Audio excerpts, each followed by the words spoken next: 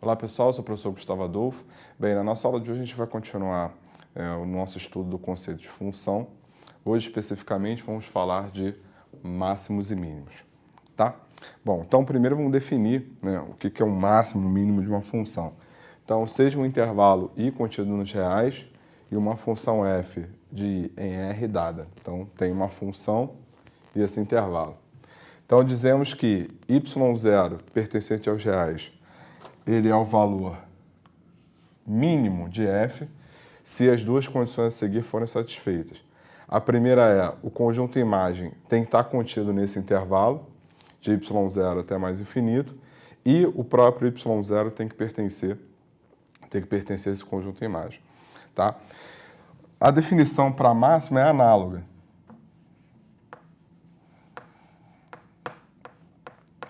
Então, dado o intervalo e uma função f de em R, y0 vai ser o valor máximo se essa condição continua precisando ser satisfeita, ou seja, o y0 tem que pertencer ao conjunto imagem da f.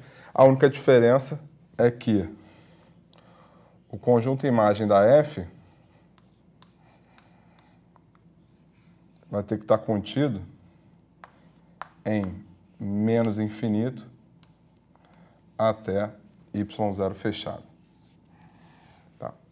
Então, a diferença do mínimo para o máximo está aqui nessa condição. Beleza?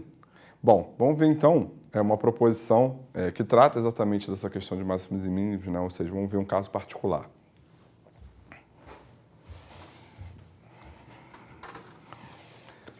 Bem, o nosso caso particular é o seguinte, a gente tem, em relação à função quadrática f de reais em reais, tal que f de x é igual a ax ao quadrado mais bx mais c, claro que aqui a, b e c são números reais, com a diferente de zero, da definição de função quadrática que a gente já viu. Então, dada uma função quadrática, nós temos o seguinte, se a constante a for positiva, então x0 é igual a menos b sobre 2a, ele é o único ponto de mínimo de f. E, além disso, o valor mínimo é dado por y0 igual a menos delta sobre 4a. Bom, vamos ver o porquê disso. A gente viu em aulas anteriores que a expressão ax ao quadrado mais bx mais c, ela pode ser escrita da seguinte maneira, ela pode ser escrita como a vezes x mais b sobre 2a ao quadrado menos delta sobre 4a, certo? Onde esse delta aqui é o b ao quadrado menos 4ac, o discriminante da função. E essa maneira de escrever a função quadrática é o que a gente chama de forma canônica. Tá? Bom, então o que acontece? O que acontece é o seguinte, na nossa suposição, a gente tem que o A ele é positivo. E repare que x mais b sobre 2a ao quadrado, isso é sempre maior ou igual que zero. Por quê? Porque não importa o valor que eu substituo em x, como essa expressão está elevada ao quadrado, então essa potência ela vai ficar sempre maior ou igual que zero, sendo igual a zero exatamente quando? Exatamente quando x for igual a menos b sobre 2a. Então repare que eu tenho produto de um número positivo por um número que é maior ou igual que zero. Sendo assim, esse produto ele fica sendo maior ou igual que zero também. Então, o que eu estou dizendo é, esse produto aqui, ele fica sendo maior ou igual que zero, certo? E eu tenho aqui o quê? Eu tenho aqui um número, eu tenho aqui uma constante. Porque uma vez que eu tenho a, b e c, eu tenho essas constantes, ao calcular b ao quadrado menos 4ac sobre 4a, eu vou ter exatamente um número. Então, o que nós temos aqui? Nós temos aqui, então, o seguinte. A gente tem aqui essa constante somado com quem? Somado com alguém que é sempre maior ou igual que zero. Então, é fato que, para qualquer valor de x que eu substituo aqui, eu sempre vou ter o quê? O valor final sendo o quê? Maior ou igual que menos delta sobre 4a. Então, isso aqui me dá que o f de x ele é sempre maior ou igual que menos delta sobre 4a. Logo, se o f de x é sempre maior ou igual que menos delta sobre 4a, então nós temos então que esse valor aqui, ele é então o menor valor que essa função pode assumir. É a menor imagem que essa função pode assumir. E quando é que vai ser exatamente igual? Vai ser exatamente igual quando isso aqui for zero. E quando isso aqui é zero? Quando o x for igual a quem? A menos b sobre 2a. Certo? Então, menos b sobre 2a mais b sobre 2a dá zero, elevado ao quadrado continua zero. Então, essa primeira parcela aqui, ela some. Certo? Ah, e no caso... E se a gente trocar o maior que zero por menor que zero? O raciocínio é análogo, a única diferença é que, em vez de a gente encontrar o único ponto de mínimo, a gente vai encontrar um único ponto de máximo. Ou seja, então, resumindo, uma função quadrática assume um valor mínimo quando o seu coeficiente líder, ou seja, o coeficiente de x ao quadrado é positivo. Ela assume um valor máximo quando o coeficiente x ao quadrado é negativo. Quando que ela assume isso? Ela assume quando o x for igual a menos b sobre 2a, obviamente, para essa expressão, e o valor mínimo ou o valor máximo vai ser dado o quê? Vai ser sempre dado por menos delta sobre 4a. Tá? Bom, então vamos ver agora um exemplo, um problema, em que a gente usa exatamente esse fato. Bom, nosso problema é o seguinte. A gente tem aqui um semicírculo de raio R, centrado em O, diâmetro AB. E inscrito nesse semicírculo, nós temos aqui esse retângulo PQRS. Certo? Então, a pergunta é, qual é o maior valor da área do retângulo PQRS em função de R? Tá? Então, essa é a pergunta. Bom, então olha só.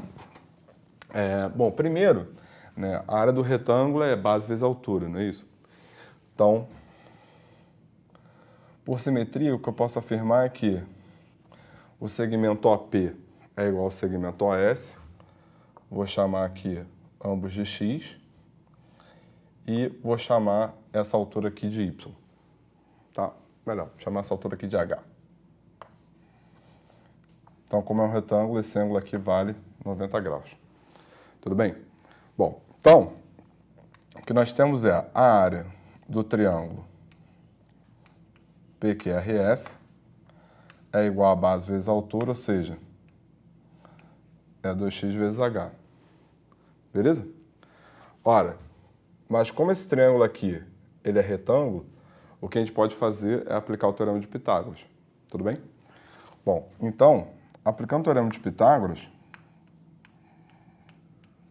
o que nós temos é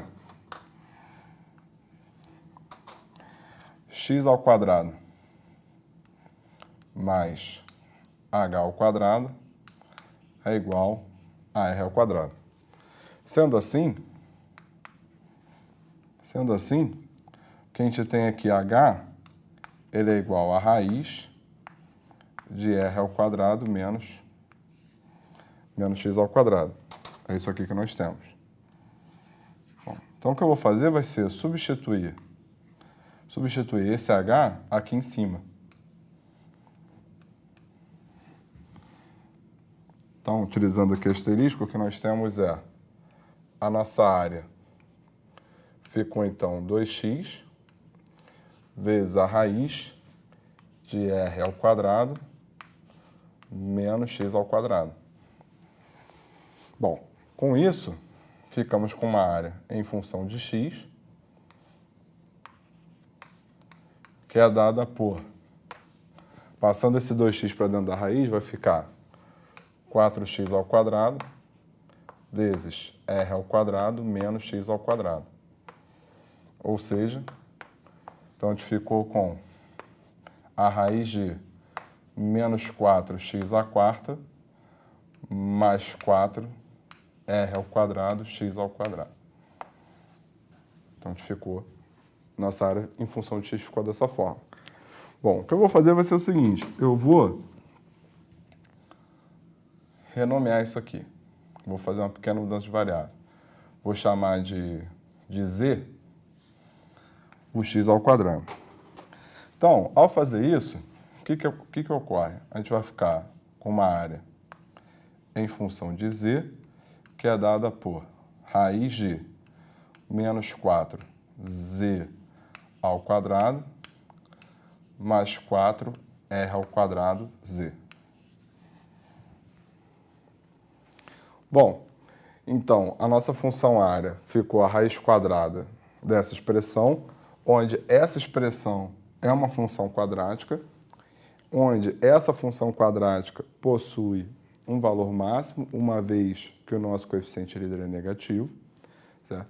E como a gente viu, né, ainda agora, esse valor máximo dessa função quadrática ele é único. Tá, então, o que está dentro da raiz quadrada assume um valor máximo único. Como eu tenho, né, a raiz quadrada, né, de um número e essa função raiz quadrada, né, raiz de x, por exemplo, é uma função estritamente crescente, isso me dá, então, que o valor máximo da minha área vai ocorrer exatamente quando a minha função quadrática assumir o seu valor máximo. E então o que eu tenho que fazer agora é obter o valor máximo dessa função. E como a gente viu, o valor máximo dessa função a gente obtém da seguinte maneira. Então isso aqui implica que a nossa área máxima vai ser dar quando? Raiz de menos delta, onde o delta é b ao quadrado menos 4ac sobre 4a. Então, isso aqui ficou a raiz de menos com menos fica mais, então ficamos com 16r à quarta sobre 16, que vai dar a raiz de r à quarta, logo vai ser r ao quadrado. Então, repare que a área máxima desse retângulo depende apenas de quem? Depende apenas do raio desse semicírculo. Então, será exatamente o nosso raio ao quadrado, certo? Então, aqui resolvemos o nosso problema usando exatamente a proposição que vimos anteriormente, certo? Bom, então, dessa maneira, a gente encerra a nossa aula de hoje.